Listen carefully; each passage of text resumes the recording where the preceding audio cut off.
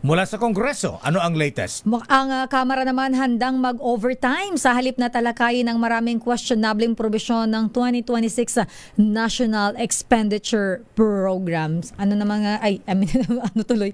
Sino naman nagsabi niya na Rich 12? Milky Rigunan, Manang Milky.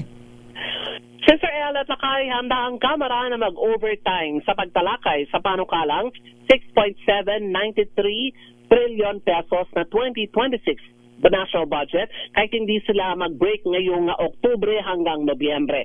Ito ay sa gitna ng rekomendasyon ng mga party leaders sa Kamara na ibalik sa Department of Budget and Management ang 2026 National Expenditure Program para malinis mula sa mga questionableng budget entries.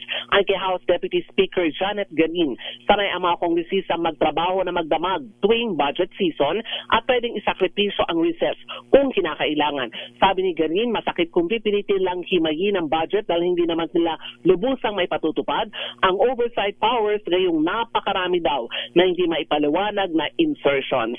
Narito si House Deputy Speaker Janet Garin. And that is why the decision of majority of the members of Partido Lakas was to talk to other party leaders and request the Speaker to return the budget to the Department of Budget and Management so that we can have a clear signal and a clean slate. Doon ka magsisimula sa alam mo kung nasaan ang babaguhin at sila mismo alam na nilang may problema baguhin na nila.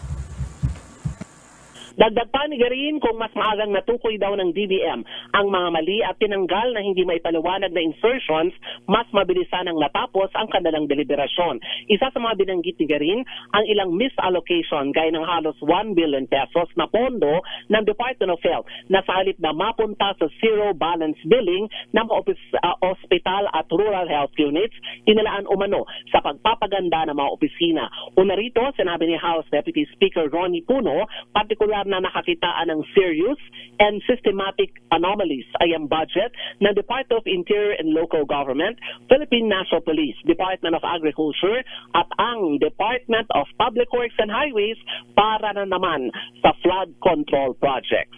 Ako si Milky Rigunan, nagulat para sa DZRH, una sa Pilipinas, una sa Pilipino. Hala, daming departamento ha?